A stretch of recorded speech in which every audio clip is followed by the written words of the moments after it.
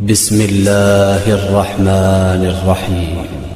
एक कौम की तरफ बात करने जा रहा हूं कि एक कौम है जो पत्थर को पूजती है, लेकिन उनकी किताब में लिखा हुआ है नास्ति प्रतिमस्ति, कि ईश्वर की कोई परछाई नहीं है, कोई रूप नहीं है, कोई प्रतिमा नहीं है, ना वो किसी में समा सकता ना कुछ, लेकिन फिर भी वो कर रहे हैं। अब इसका जवाब क्यों कर रहे हैं? जाहिल हैं, नहीं पढ़ते अपनी किताबें, इसलिए कर रहे हैं ना। ये किताबों से दुश्मनी कर रखी है, नहीं मानते, बस जो चल रहा है बढ़िया चल रहा है। इसी तरीके से गाली शिया है, ये कादियानी से भी बदतर है। इनके अंदर ईमान की आप सोचें भी ना, ईमान कैसे हो सकता है किसी के अंदर जो अमीरुल मोमिनीन मुसलमानों के अमीरों पे गालियां निकाल रहे हैं, अम्मा आयशा को गालियां निकाल रहे हैं। क्यों? इनका कहना है कि हजरत फातिमा के ऊपर जो है दरवाजा गिरा दिया था। बेवकूफ हो, हजरत अली को मैं कैसे शेर खुदा मान लूं कि अगर वो अपनी बीवी की प्रोटेक्शन नहीं कर सकते, या फिर अपनी बीवी के कातिल से अपनी बेटी की शादी करा देते हैं। तो फिर एक जगह शेर खुदा भी कहते हो, तो फिर ये बहाना लाते हो कि अल्लाह के रसूल को वादा दिया था कि अब तुम मेरे जाने के बाद कभी तलवार नहीं उठाओगे। ये कौन सी बात है?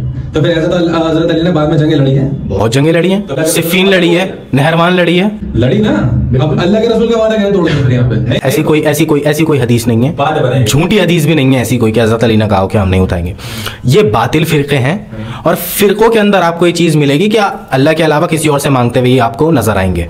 ठीक है, एक फिरका इसी पर खड़ा हो गया कि हम हर बुजुर्ग से मांगेंगे, जो भी मर गया उससे मांगेंगे, हर कब्र पे जाएंगे, चादरें चढ़ाएंगे, वहां जाके मांगेंगे। दिया जला दिया, वो यार दिया जला दिया से पता चल रहा है आपके परदादा काफिर थे, क्योंकि आपने इस्लाम कबूल कर लिया, अब कुरान तो पढ़ने की तौफीक हुई नहीं आपको, तो आप दिया आपका चलाना बंद नहीं हुआ।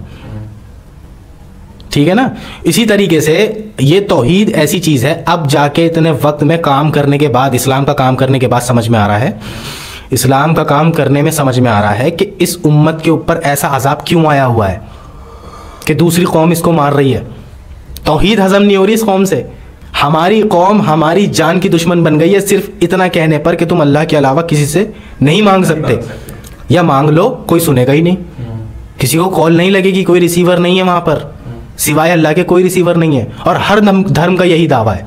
इसमें ना जो आपने एक बात कही गाली शियाओं के ताल्लुक से, ये इतना गुलू करके बैठे, जो मैंने वही बात बताया कि ये वही लोग हैं जो गुलू करके भी जहन्नुम में जाएंगे। फिर अल्लाह ने कहा, अल्लाह के नबी ने बात कही है तो सदका रसूलुल्लाह सल्लल्लाहु अलैहि वसल्लम, अल्लाह के नबी ने जो फरमाया वो सच है और हक है।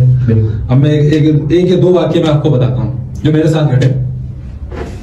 एक शख्स से मेरी बात हो रही थी, वो शिया थे, तो मेरी बात कुछ ऐसी नॉर्मली चल रही थी, तो उनसे ये बात हुई कि हजरत अली बहुत बड़े सहाबों में से एक हैं, नए ईमान लाने वालों में से एक हैं। बस मैंने ये कहा कि वो कुछ नए ईमान लाने वालों में से एक हैं। और उन्होंने कहा ये क्या बात हुई, ये क्या कह रहे हैं आप, आपको पता नहीं है? मैंने जी क्या हो गया बताया था। कह रहे आपको पता नहीं है? मैंने क्या? कहने लगे हजरत आदम अलैहिस्सलाम की जो मट्टी खमीरा गूंदा गया था ना, वो हजरत अली के सामने गूंदा गया था। अब ये फिर कौन है जो गुलू कर रहे हैं? करे नहीं कर रहे, यहाँ गुलू कर गए। एक फिरका इनके अंदर और पाया जाता है शियाओं के अंदर, उन्हें कहते हैं नुसैरी। नुसैरी शिया अली रजी अल्लाह ताला अन्हु, मौला अली के आगे अज़्ज़ व जल लगाते हैं, वो कहते हैं अली ही खुदा है।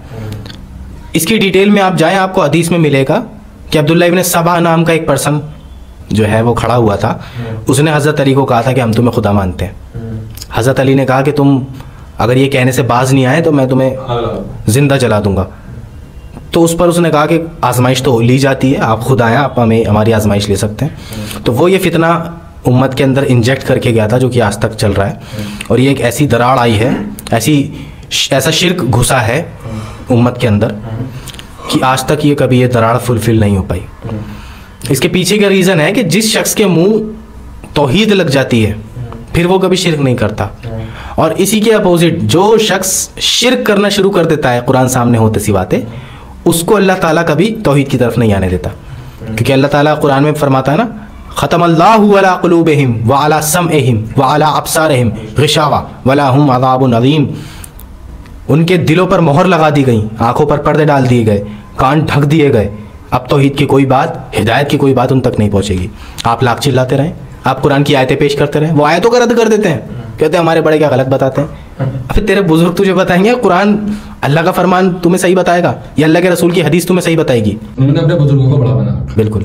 मैं जरा रील चला रहा था इंस्टाग्राम पे, देख स्क्रॉल कर रहा था, तो एक रील आई मेरे पास, मतलब उसमें क्या थी, तो उसमें एक सवाल था उसमें कि कौन से सहाबा का नाम कुरान में आया है?